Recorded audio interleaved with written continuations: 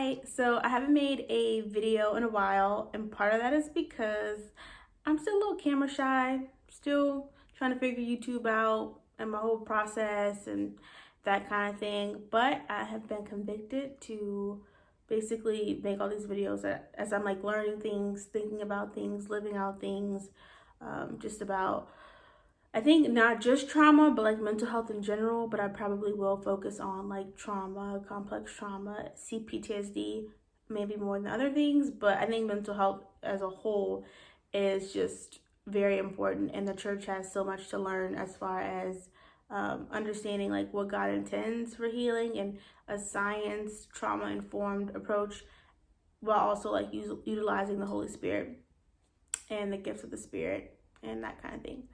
So, with that being said, I'd like to talk about my experience in counseling. I went to counseling for about a year and a half, but maybe like had almost a whole year of going pretty regularly, maybe like every week and then sometimes every 2 weeks. And so I love my counselor. I really hope she doesn't watch this. Maybe she should to help her improve. I don't really know. But um, basically, one thing that I've learned on my study is that there's a lot of different types of therapy, there's a lot of different types of approaches and that kind of thing. And when a person becomes a licensed therapist, they kind of get an overarching view, and then they might like specialize in things and get different credentials and certifications afterwards.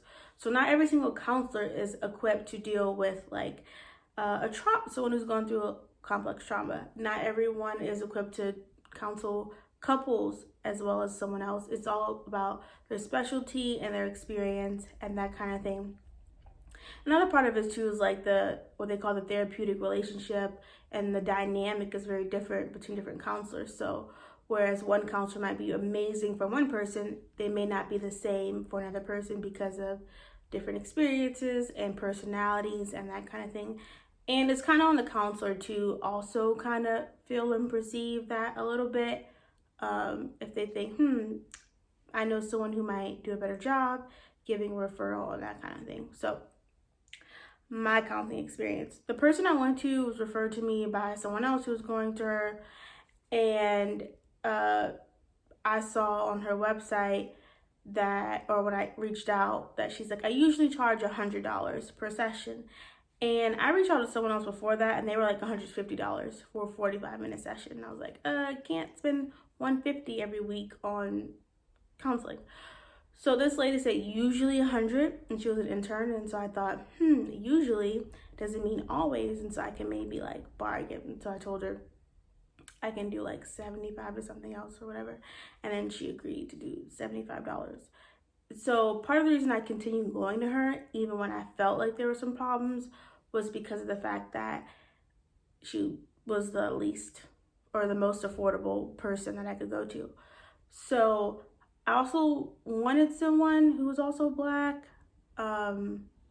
She happened to be as well. I feel like that may have worked against my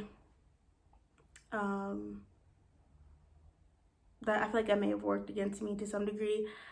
Maybe I should make a whole video about that. Like, does your counselor's race matter when picking out a therapist? Because there's a lot of talk about that, and I think it does matter, but I also think there's like I have a lot of thoughts about that, so I'll make another video about that. But so yeah, my counselor, she basically, it was really affordable, $75 a week, which was like half what this other person said.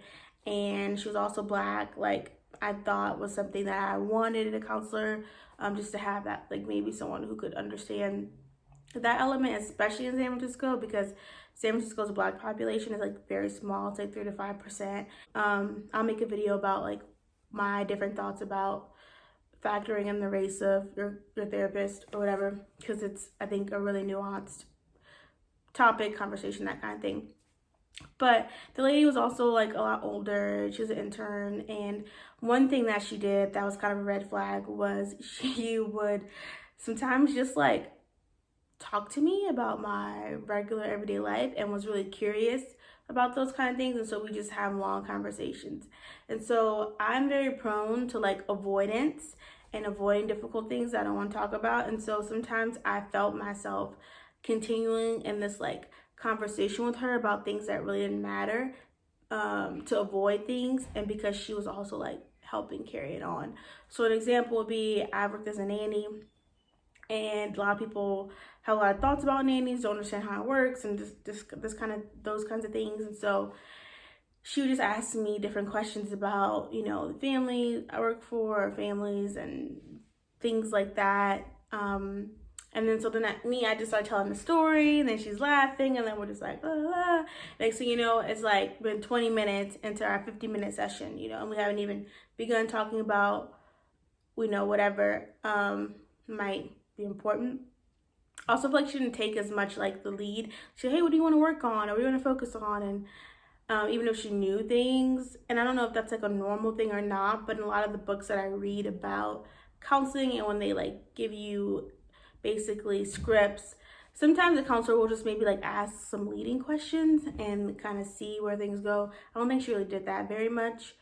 Another thing is, like, she would charge me every single week after I left, and then there would be times where she forgot to charge me, and she would wait like 2 or 3 weeks and then charge 2 or 3 weeks at a time.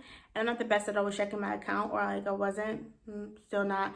But anyways, she would like take 3 payments at once, like on a random day, and I didn't know. And then like a few times my card got declined, and I was like, well, I wasn't expecting that. I don't always like check a lot my account, which is not the best thing, but I was like, I have it set. I know for sure if you charge each week, then based on how things come out, then the money will be in the account. So sometimes too, she would like be late and start late, and then like would end super on time, which is a problem, because if like you're 10 minutes late and then it's already a 50-minute session, that's 40 minutes. And then I feel like 10 minutes out of a counseling session is already like really limited, depending on what you're talking about, is like really, really hard. So I feel like that's another like thing that I have a difficult time with. I don't know about anyone else who's done counseling. I'd love to know, but like for me, having it limited to 45 or 50 minutes is hard, because sometimes we will get really into stuff. There were some good days where so we get really into stuff, and then you know it's like, okay, your time's done, and I'm just like, that was a lot, and I'm leaving like feeling anxious and this kind of thing. Another thing is, I just don't think that she had the experience and the training to like be able to help me personally. I have one friend, or I have actually 2 friends who is the same person, one who loves her, one who not felt similar to the way I did. And I don't know if the person who loves her still does, because we haven't talked about our experiences recently, but you know, like another kind of thing that she, or the reason I say I don't feel like she was really equipped to like help me, is that I have struggled, still do, with like binge eating. So binge eating disorder is kind of like bulimia, except you're not purging, you're just like eating all the time, and you eat until a lot of just crazy amounts of food until being in pain, that kind of thing. And it's something I've like struggled with on and off for a really long time, probably since I was a child, but I don't think I noticed it until I got into adulthood and became like just something that was like just a bigger struggle. And you know, when I mentioned this to her, instead of her like saying, hey, these are things that could help you, what do you think the source of like your compulsive eating is, this kind of thing, she just like was like, oh, maybe you can do like Overeaters Anonymous or Food Addicts Anonymous. And I considered that in the past, but I feel like she just wasn't really able to like help me like tackle it directly, like in her office. She kind of just like passed it off to one of those programs. When I started to do all this study about trauma and had things surface, she like never really taught me any coping skills or any of that kind of thing. But I don't think I ever told her the extent to some of the struggling. I remember telling her when I got like triggered and started having flashbacks and stuff, but I don't know that like she even like pushed me to even open up or talk about that. And I think that like from what I've read, there's a healthy level of pushing the counselor can do, and then like you just kind of have to feel it out. And part of that comes with experience. So I don't know if her being an intern and different things, or she probably, honestly, we like sometimes just laugh and talk about things, and I could have easily avoided after telling her, like with her, and that could be a reason why we didn't really talk about those things. So yeah, I think since then I've learned a lot of different coping skills like grounding to help me when I'm like dissociating or I feel like I stuck, like I can't move or that kind of thing or talk. And then I've learned different coping skills to help me with like anxiety or when I start getting overwhelmed and my thoughts are running around. I'm like, oh my gosh, I'm spiraling. I gotta leave San Francisco. And I just start like going through all these like crazy thoughts. I never really knew what to do in those situations. And I don't think she even knew I struggled with those things. Because again, I think there was a way that uh, she would just talk about light stuff and I would take that opportunity to avoid like the difficult things. Um, I do think there were some sessions where we like she taught me things or helped me to realize things. Like I remember talking to her about sometimes when I get social anxiety and when I meet new people and people start going, "How are you?" Always like that regular kind of introductory conversation. And sometimes it's just hard for me because when people start asking me when they first meet me, like, "Hey, oh, do your parents live in San Francisco?" and questions about my family, my background, for me, those are like really, it can be triggering topics because they're not like lighthearted small talk for me. And a lot of people make small talk and start asking about your family. And then for me, I would get really like, I don't know how to answer this honestly, but keep it light. And so I remember once she was like, hey, you don't have to engage in these topics. There's a way that you can say, hey, I don't really want to talk about this or whatever. And when she told me that, I was like, what? I can do that? I had no idea that I could do that. I just felt like I had to. And so there's some times where we talked about things and she really was really helpful. But I also feel like, yeah, it was just hard. Another thing I'd probably say that is probably the most important is I don't feel like we had the same theological views. And